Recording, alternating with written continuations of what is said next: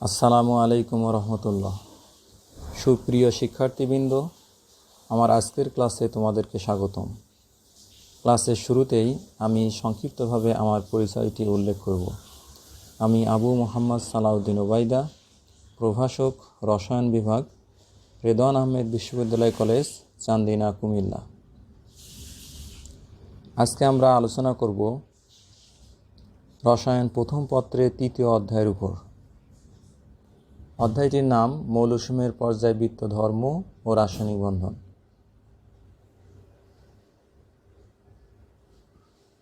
আমাদের আজকের ক্লাসের আলোচনার বিষয়বস্তু হল অ্যালুমিনিয়াম সালফেটের জলীয় দ্রবণ অম্লধর্মী, ব্যাখ্যা করো, এবং অ্যালুমিনিয়াম ক্লোরাইড ডাইমার গঠন করে কেন। প্রথমেই অ্যালুমিনিয়াম সালফেটের জলীয় দ্রবণ অম্লধর্মী এই বিষয়টি সম্পর্কে আমরা আলোচনা করব। স্ক্রিনের উপর প্রশ্নটির উত্তর উল্লেখ করা আছে। আমি এখানে সমীকরণের আলোকে বিষয়টি ব্যাখ্যা করার চেষ্টা করব। অ্যালুমিনিয়াম সালফেট একটি লবণ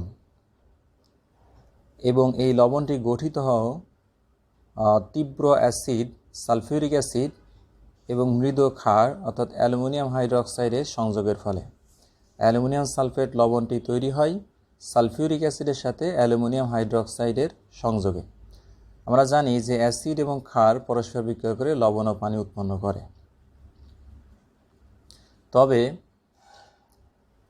আমরা এটাও জানি যে লবণ নিরপেক্ষ হয় সাধারণত, তবে লবণের প্রকৃতি অম্লীয় হতে পারে, আবার ক্ষারীয় হতে পারে। অর্থাৎ লবণ যেমন নিরপেক্ষ হয়, একইভাবে অম্লীয় প্রকৃতিরও হয়, আবার ক্ষারীয় প্রকৃতিরও হয়। এই বিষয়টি নির্ভর করে লবণ গঠনের সময় অ্যাসিড এবং ক্ষার তাদের বিক্রিয়া তাদের শক্তিমাত্রার উপরে। যদি কোনো একটি লবণ গঠনের সময় অ্যাসিডটি শক্তিশালী হয় এবং ক্ষারটি দুর্বল প্রকৃতির হয়, তাহলে যে লবণটা উৎপন্ন হয় সেই লবণটা অম্লীয় প্রকৃতির লবণ হয়। আবার যদি একটি লবণ গঠনের সময় অ্যাসিডটি দুর্বল হয় এবং ক্ষারটি শক্তিশালী হয়, তাহলে যে লবণ উৎপন্ন হয় সেই লবণটির প্রকৃতি হয় ক্ষারীয়। তো ঠিক একইভাবে এখানে অ্যালুমিনিয়াম সালফেট এই লবণটি গঠিত তীব্র অম্ল সালফিউরিক অ্যাসিড এবং মৃদু ক্ষার অ্যালুমিনিয়াম হাইড্রোক্সাইডের সংযোগে, যার ফলে এখানে অ্যালুমিনিয়াম সালফেট যে লবণটি উৎপন্ন হয় সেই লবণটির প্রকৃতি হয় অম্লীয়। এখন অ্যালুমিনিয়াম সালফেটকে যদি আমরা জলীয় দ্রবণে আর্দ্র বিশ্লেষণ করি, তাহলে দেখা যাবে যে অ্যালুমিনিয়াম সালফেট ভেঙে গিয়ে অ্যালুমিনিয়াম আয়ন উৎপন্ন করে এবং সালফেট আয়ন উৎপন্ন করে। যদি তোমরা সমীকরণের দিকে লক্ষ্য করো তাহলে বিষয়টি দেখা যাবে। এরপরে পানি বিয়োজিত হয়ে হাইড্রোজেন আয়ন এবং হাইড্রক্সিল আয়ন উৎপন্ন করে। পরবর্তীতে অ্যালুমিনিয়াম আয়নটি পানির হাইড্রক্সিল আয়নের সাথে সংযোগ হয়ে অ্যালুমিনিয়াম হাইড্রক্সাইড উৎপন্ন করে এবং পানির হাইড্রোজেন আয়নটি সালফেট আয়নের সাথে সংযুক্ত হয়ে সালফিউরিক অ্যাসিড উৎপন্ন করে। এভাবে অ্যালুমিনিয়াম সালফেট জলীয় দ্রবণে বিয়োজিত হয়ে অ্যালুমিনিয়াম হাইড্রক্সাইড এবং সালফিউরিক অ্যাসিড উৎপন্ন করে। উৎপন্ন এই দুইটি পদার্থের মধ্যে সালফিউরিক অ্যাসিড হলো শক্তিশালী অ্যাসিড, কিন্তু অ্যালুমিনিয়াম হাইড্রক্সাইড হলো দুর্বল প্রকৃতির ক্ষার। এখানে আরও একটি বিষয় আমরা উল্লেখ করব, সেটা হচ্ছে যে সালফিউরিক অ্যাসিড যেহেতু একটা শক্তিশালী অ্যাসিড, অতএব এটি বিয়োজিত হয়ে প্রায় সমস্ত সালফিউরিক অ্যাসিড বিয়োজিত হয় 100% এবং হাইড্রোজেন আয়ন উৎপন্ন করে, অর্থাৎ প্রচুর হাইড্রোজেন আয়ন উৎপন্ন করে। পক্ষান্তরে অ্যালুমিনিয়াম হাইড্রক্সাইড একটি দুর্বল প্রকৃতির ক্ষার, যার কারণে এটির বিয়োজনটা সম্পূর্ণরূপে হয় না, আংশিক বিয়োজন হয়। ফলে হাইড্রক্সিল আয়নের উৎপন্নের পরিমাণটাও কম হয়।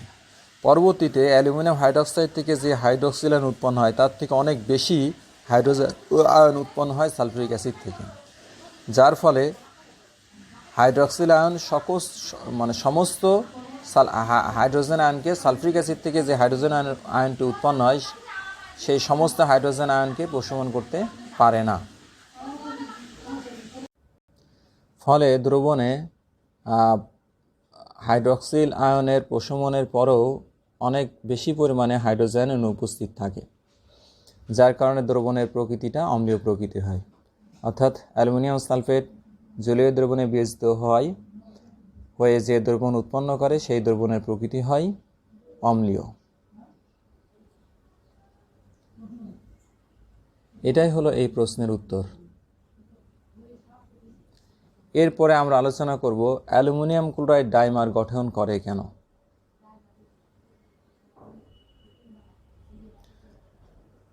অ্যালুমিনিয়াম ক্লোরাইড যৌগে রয়েছে অ্যালুমিনিয়াম এবং ক্লোরাইড আয়ন। অ্যালুমিনিয়াম এর ইলেকট্রন বিন্যাস করলে আমরা দেখব যে এর সর্বশেষ শক্তি স্তরে 3s অরবিটালে আছে 2টি ইলেকট্রন এবং 3p অরবিটালে আছে 1টি ইলেকট্রন। পরবর্তীতে s অরবিটাল থেকে একটি ইলেকট্রন, যেটা আমি বক্স আকারে উল্লেখ করছি, s অরবিটাল থেকে একটি ইলেকট্রন ফাঁকা 3p অরবিটালের py অরবিটালে স্থানান্তরিত হয়।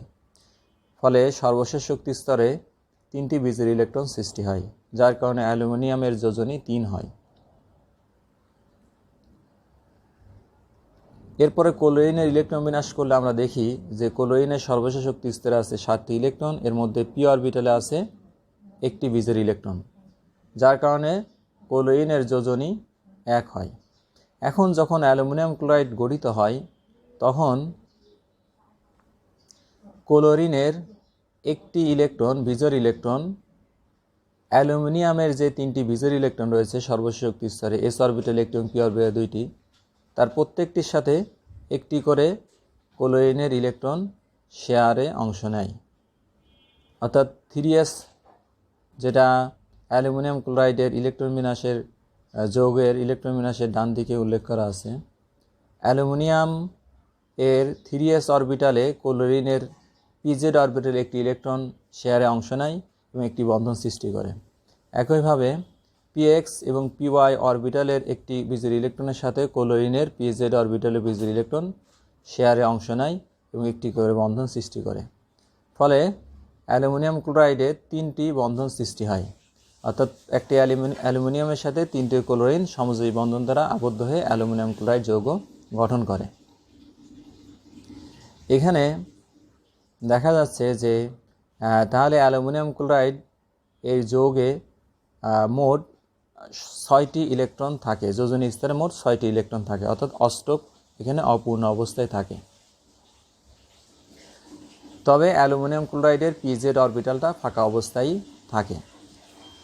আমরা জানি যে প্রত্যেকটি অরবিটাল 2টি করে ইলেকট্রন গ্রহণ করতে পারে। সুতরাং pz অরবিটাল এখানে যেহেতু সম্পূর্ণরূপে ফাঁকা আছে, তাই এটি পরবর্তীতে 2টি ইলেকট্রন গ্রহণ করতে পারে বা ইলেকট্রন শেয়ারে অংশ নেওয়ার সুযোগ থেকে যায়।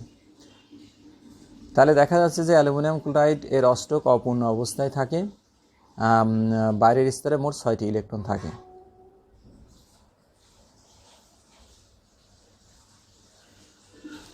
এখন আমরা অ্যালুমিনিয়াম ক্লোরাইড এর ডাইমার গঠনের চিত্রটা একটু দেখব।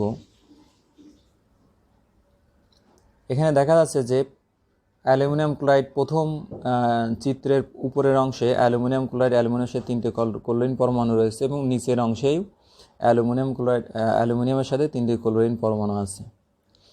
কিন্তু আমরা আগের চিত্রে দেখছি যে অ্যালুমিনিয়াম ক্লোরাইডের অষ্টক অপূর্ণ থাকে, বাইরের স্তরে এর 6টি ইলেকট্রন থাকে, প্রত্যেকটা ক্লোরিনের সাথে এক জোড়া করে ইলেকট্রন থাকে, মোট 6টি ইলেকট্রন থাকে। ক্লোরিনের কিন্তু আবার অষ্টক পূরণ হয়ে যায়। এখন যেহেতু অষ্টক অপূর্ণ অবস্থায় আছে, যার কারণে এর স্থায়িত্বটা কম হয়।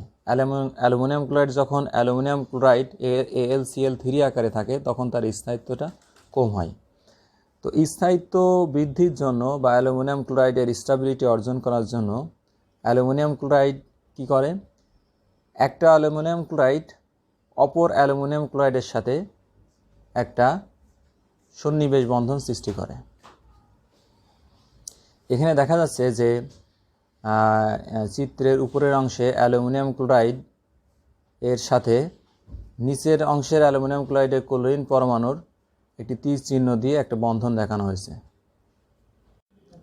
এখানে ক্লোরিন পরমাণুতে এর বাইরের স্তরে 8টি ইলেকট্রনই থাকে, অর্থাৎ অষ্টক পূর্ণ থাকে।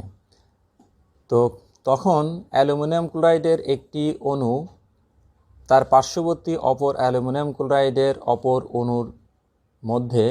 অণুর থেকে ক্লোরিন পরমাণুর একজোড়া ইলেকট্রন, যেটা হলো নিঃসঙ্গ ইলেকট্রন, অর্থাৎ বন্ধন সৃষ্টিতে অংশ নেয় না, এইরকম যে ইলেকট্রন থাকে 6টা, তার মধ্যে একজোড়া ইলেকট্রন অ্যালুমিনিয়াম পরমাণু সাথে শেয়ার হয়। অর্থাৎ একটা অ্যালুমিনিয়াম পরমাণু তার পার্শ্ববর্তী অপর অ্যালুমিনিয়াম ক্লোরাইডের ক্লোরিন পরমাণু থেকে একজোড়া ইলেকট্রন গ্রহণ করে। এভাবে একটা ক্লোরিন পরমাণু অপর অ্যালুমিনিয়াম ক্লোরাইডের অ্যালুমিনিয়াম পরমাণুকে একজোড়া ইলেকট্রনের শেয়ারে অংশ নেয়। তো আমরা জানি যে যদি সমযোজী বন্ধন গঠনের সময় কোনো পরমাণু যদি একজোড়া ইলেকট্রন একজনই সরবরাহ করে, তাহলে যে বন্ধন হয় সেটার নাম হলো সন্নিবেশ বন্ধন। এক্ষেত্রে ক্লোরিন পরমাণু অপর অ্যালুমিনিয়াম ক্লোরাইড অণুর অ্যালুমিনিয়াম পরমাণুকে একজোড়া ইলেকট্রনই দান করে বা শেয়ারে অংশগ্রহণের সুযোগ দেয়, যার ফলে এখানে একটি সমযোজী বন্ধন সৃষ্টি হয়।